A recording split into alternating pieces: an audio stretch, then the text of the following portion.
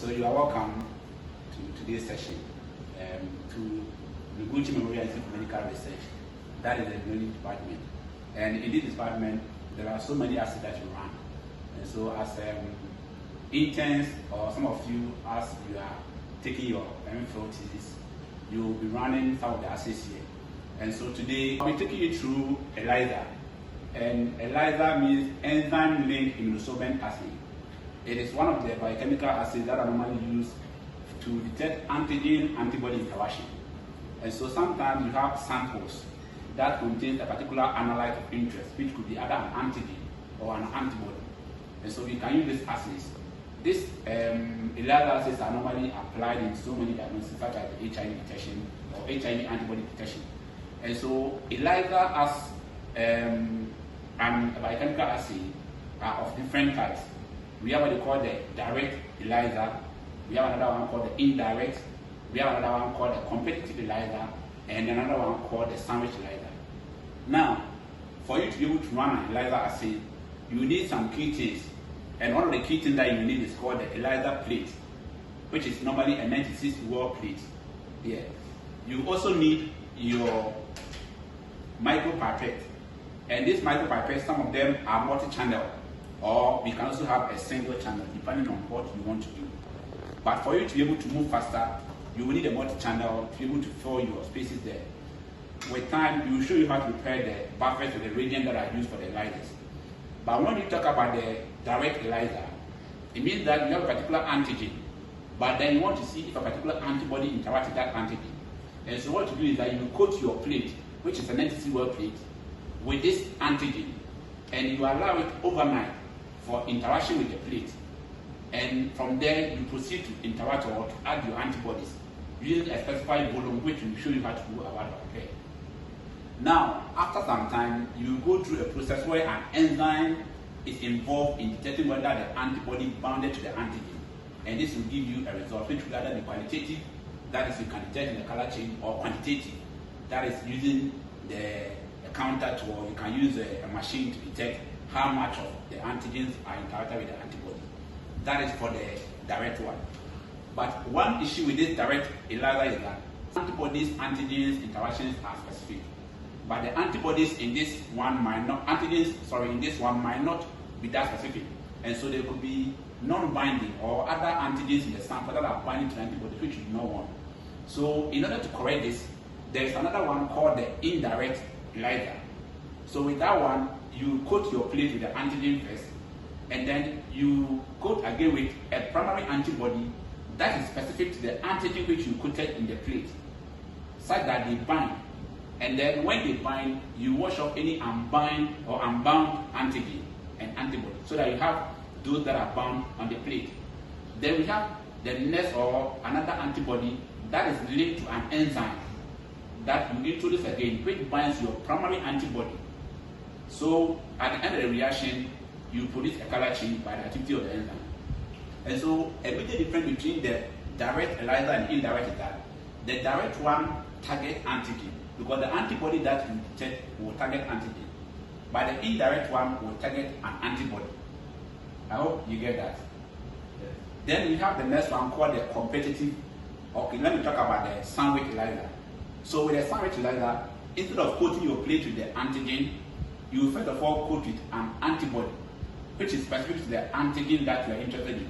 So once you coat the plate with the antibody, you allow for overnight for effective binding, and then you introduce your antigen to the coated antibody. There will be interaction. Then you coat the next one, and next antibody onto the plate again. So you have your baseline antibody, and then on top you have an antigen. Then again you have another antibody. So they become something like a sandwich. Okay, come this way. Please come this way. So you have your antibody here, you have your antigen, and you have your antibody. So it becomes something like a sandwich. I hope you get that. So with this, if I coated you first on the plate of an antibody, now I add this antigen to it. You interact, the two of you interact. Then the next one, I add an antibody that may contain an enzyme And this enzyme will undergo activity that can help us to detect the color change. So with that one, we'll be able to know the color change. That is called the direct sandwich ELISA. Or I can have the indirect sandwich ELISA, where I have you as an antibody binding to this antigen, and then I have another antibody that has an enzyme link binding to you. So in the end, I'm going to have antibodies, one binding to this primary antigen or this antigen here, and then you binding a second. Then I have another antibody that has an enzyme link binding to you, so that the color change will actually be seen. And then we have the next one called the competitive ELISA. For that one, we coat the plate with the antibody of interest, and then we have an antigen from our substance or our sample of interest, and then we have another antigen that has an enzyme activity bounded to it. Then we introduce the two activities or two antigens onto the substance or onto the antibodies coated on the plate and allow them to interact. At the end of the day, if we have more color being produced, then it means that the antigen that was having the enzyme activity interacted more than our antigen or in the sample. So in this case, we say that our antigens in the sample did not actually have a better activity with the antibody of interest. I hope you get that. But in the case where the color produced is less, that means that our antigens in the sample of interest interacted more with the antibody that was coated with the plate. So in this case, we can say that maybe our antigen had more interaction with the antibody. Okay. Now, for you to be able to go about the ELISA, like I said, you need an NCC work plate, and then you need your micropipette. You have a specified volume that you measure, which will show you as time goes on. So you will need your pipettes.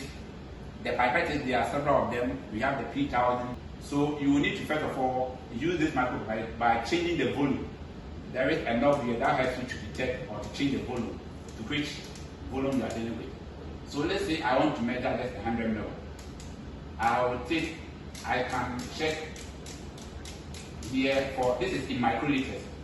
So if I want to measure, let's say a 200 microliter, I will change the knob here until I get my 200 on the dot. And then I get my pipette tips here. So you see the pipette tips are well arranged on it. Then on the knob here, so you hold it this way. Your hand touches this way, and then on the knob here. If you press the first stop, that is where you can pick your sample. But if you go to the second one, it means that you're discharging. So let's say I have my sample here, and then I want to check or to measure some volume or to just transfer the sample into the plate. I go to the first stop, and then I put it in here, and then I pick my samples. So if you want to discharge, you go first, second, then you discharge everything. But if you want to pick, you go to the first stop,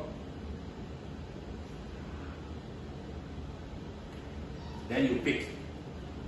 Then you can go to your boss, depending on the way you want it to be, then you discharge. So this is how you go about. So once you are done coating your plate, there are a number of steps that you go through to get to the last stage. And with time, we'll show you how to go about that. I will leave it for, if you have any questions, you can just ask. If you have any questions, you can just ask those questions.